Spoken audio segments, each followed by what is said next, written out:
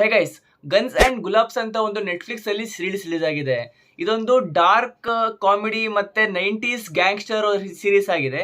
ಇದನ್ನ ಕ್ರಿಯೇಟ್ ಮಾಡಿರೋದು ರಾಜ್ ಅಂಡ್ ಡಿ.ಕೆ.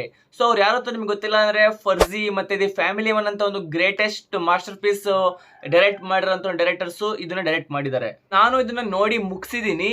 ಈಗ ನಾನು ಒಂದಂತ ಹೇಳಬಲ್ಲೆ, ನೀವು 90s ಕಿಡ್ ಆಗಿದ್ರೆ ಈ ರಿವ್ಯೂನ ನೋಡಿ, ಅವಾಗ ನಿಮಗೆ ಗೊತ್ತಾಗುತ್ತೆ ಈ ಒಂದು ಸೀರೀಸ್ ಯಾರಿಗೋಸ್ಕರ ಅಂತ. With that set, welcome back to my channel Kannada ಹೆಸರು ವೈಜಯಂತ್ ಕನ್ನಡ. ನಾನು ರಿವ್ಯೂ ಮಾಡ್ತಾ ಇದೀನಿ ಗನ್ಸ್ ಅಂಡ್ ಗುಲಾಬ್ ಸೀರೀಸ್ ನ. So without any further ado, let's roll the intro. I'm gonna get inside the next wing and go to the space needle. I be smoking on OG, yeah this for me it's with Netflix ಅಲ್ಲಿ ಇದ್ರದ್ದು 8 episode release ಆಗಿದೆ. ಎಲ್ಲ episode ಇಂದ duration ಒಂದು 50 minutes ಹತ್ರ ಇದಾವೆ. ಆದ್ರೆ last episode ಮಾತ್ರ 80 ಮಿನಿಟ್ಸ್ ಇದೆ. ಸೊ ಲೆಕ್ಕ ಹಿಡಿದ್ರೆ ಒಂದು 4-5 ಗಂಟೆ ಆಗುತ್ತೆ ನಿಮಗೆ ಒಂದೇ ಸಲ ಬಿಂಜ್ ವಾಚ್ ಮಾಡ್ತೀವಿ ಅಂತಂದ್ರೆ. ಅದು ನಿಮ್ಮೇಲೆ ಬಿಟ್ಟಿದ್ದು, ನೀವು ಬಿಂಜ್ ವಾಚ್ ಮಾಡ್ತಿರೋ ಅಥವಾ ಒಂದೊಂದು ಎಪಿಸೋಡ್ ಒಂದು ದಿನಕ್ಕೆ ನೋಡ್ತಿರೋ ಅಂತ. ನನ್ನ ಬಗ್ಗೆ ಮಾತಾಡಿದ್ರೆ ನಾನಂತೂ ಪೂರ್ತಿ ಬಿಂಜ್ ವಾಚ್ ಮಾಡಿದೆ. ಒಂದು 6 to 7 ಅವರ್ಸ್ ತೊಗೊಂಡಿದ್ದೀನಿ ಮಧ್ಯೆ ಎದ್ದೋಗೋದೆಲ್ಲ ಮಾಡಿಕೊಂಡು.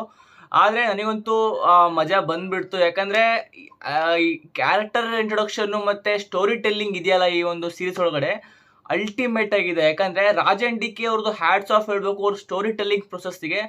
ಎಸ್ಪೆಷಲಿ ಲಾಸ್ಟ್ ಎಪಿಸೋಡ್ ಇದೆಲ್ಲ 8ನೇ ಎಪಿಸೋಡಲ್ಲಂತೂ ಇಷ್ಟು ಟ್ವಿಸ್ಟ್ ಆ್ಯಂಡ್ ಟರ್ನ್ಸ್ ಇದ್ವು ಅಂತಂದರೆ ಎಲ್ಲ ಎಪಿಸೋಡು ಸೇರಿಸಿ ಅದೊಂದು ಎಪಿಸೋಡ್ ಸಪ್ರೇಟಾಗಿ ಮಾಡ್ಬೋದಿತ್ತು, ಅಷ್ಟು ಸಖತ್ತಾಗಿತ್ತು. ಇಂಟ್ರೊಡಕ್ಷನ್ ತುಂಬ ಸಿಂಪ್ಲಿಫೈಡ್ ವೇಲ್ ಕೊಟ್ಟಿದ್ದಾರೆ. ಸೊ ನಾರ್ಮಲ್ ಆಡಿಯನ್ಸಿಗೂ ಕನೆಕ್ಟ್ ಆಗೋದು ಬಹಳನೇ ಈಸಿ. ಸ್ಟೋರಿ ಏನಪ್ಪ ಅಂತಂದರೆ, ಗುಲಾಬ್ಗಂಜು ಮತ್ತು ಶೇರ್ಪುರ್ ಅಂತ 2 ಊರು ಇರ್ತವೆ.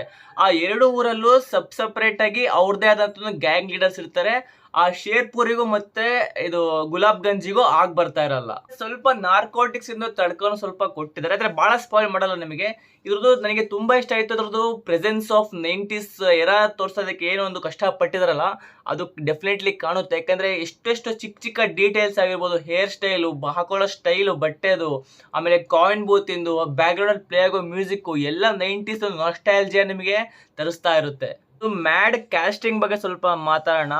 ದುಲ್ಕರ್ ಸಲ್ಮಾನ್, ರಾಜ್ಕುಮಾರ್ ರಾವ್, ಗುಲ್ಶನ್ ದೇವಯ್ಯ, ಆದರ್ಶ್ ಗೌರವ್, ಇಂಥ ಒಂದು ಟ್ಯಾಲೆಂಟೆಡ್ ಆಕ್ಟರ್ಸ್ನ ಇಟ್ಕೊಂಡು ಒಂದು ಏನೋ ಒಂಥರ ಫ್ಯೂಷನ್ ಆಫ್ ಕಾಸ್ಟಿಂಗ್ ಅಂತ ಅಂತಾರಲ್ಲ, ಆ ಥರ ಮಿಕ್ಸ್ ಮಾಡಿಬಿಟ್ಟಿದ್ರೆ ಏನು ಸಖತ್ತಾಗಿತ್ತು ಅಂದರೆ, ಎಕ್ಸ್ಪೆಷಲಿ ಸಿಚುವೇಶ್ನಲ್ ಕಾಮಿಡೀಸ್ ಇದೆಯಲ್ಲ, ಅದಂತೂ ಎಂಥ ಸೀರಿಯಸ್ ಸೀನನ್ನು ಲೈಕ್ ಕಾಮಿಡಿ ಸೀನಾಗಿ ಒಂದು ಸಟ್ಟೈರ್ ಕಾಮಿಡಿಯಾಗಿ ಚೇಂಜ್ ಮಾಡಿಬಿಡುತ್ತೆ. ಫರ್ಜಿ ಒಳಗೆ ನಾವು ಏನು ನೋಡಿದ್ವೋ ಸೇಮ್ ಟು ಸೇಮ್ ಅದೇ ಥರ ಇಲ್ಲಿ ಸಿಚುವೇಶನಲ್ ಕಾಮಿಡೀಸು ತುಂಬ ಯೂಸ್ ಆಗಿದೆ. ಅದಂತೂ ದೊಡ್ಡ ಹೈಲೈಟ್ ಆಫ್ ದಿ ಸೀರೀಸ್ ಅಂತಾನೆ ಹೇಳ್ತೀನಿ. ಇದು ನೆಟ್ಫ್ಲಿಕ್ಸ್ ಅಲ್ಲಿ ರಿಲೀಸ್ ಆಗಿದ್ರು ಕೂಡ ಈ ಸೀರೀಸ್ ಒಳಗಡೆ ಯಾವುದೇ ಒಂದು ನ್ಯೂಡಿಟಿ ಇಲ್ಲ, ಮತ್ತೆ ಈವನ್ ಕಿಸ್ ಸೀನ್ ಕೂಡ ಇಲ್ಲ. ಸೊ ಆದರೆ ಬಿಲೋ ದ ಬೆಲ್ಟ್ ಬೈಗುಳಗಳು ಬಹಳನೇ ಸಿಗ್ತವೆ ನಿಮಗೆ. ಒಂದೊಂದು ಎಪಿಸೋಡಲ್ಲೇ ಬಹಳ ಸಿಗ್ತವೆ. ಸೊ ಪೇರೆಂಟ್ಸ್ ಜೊತೆ ನೋಡೋಕ್ಕಿಂತ ಮುಂಚೆ ಇದೊಂದು ಮೈಂಡಲ್ಲಿ ಇಟ್ಕೊಂಡು ನೋಡಿ. ಆದರೆ ಫ್ರೆಂಡ್ಸ್ ಜೊತೆ ನೀವು ನೋಡ್ಕೋಬೋದು. ಹೇಗೆ ಬರ್ದಿದ್ದಾರೆ ಅಂತಂದ್ರೆ, ಇದು ಸೀಸನ್ 1ಗೆ ಎಂಡ್ ಆಗಲ್ಲ ಅಂತ ಅನ್ಸುತ್ತೆ. 2ನೇ ಸೀಸನ್ ಕೂಡ ಬರ್ಬೋದು.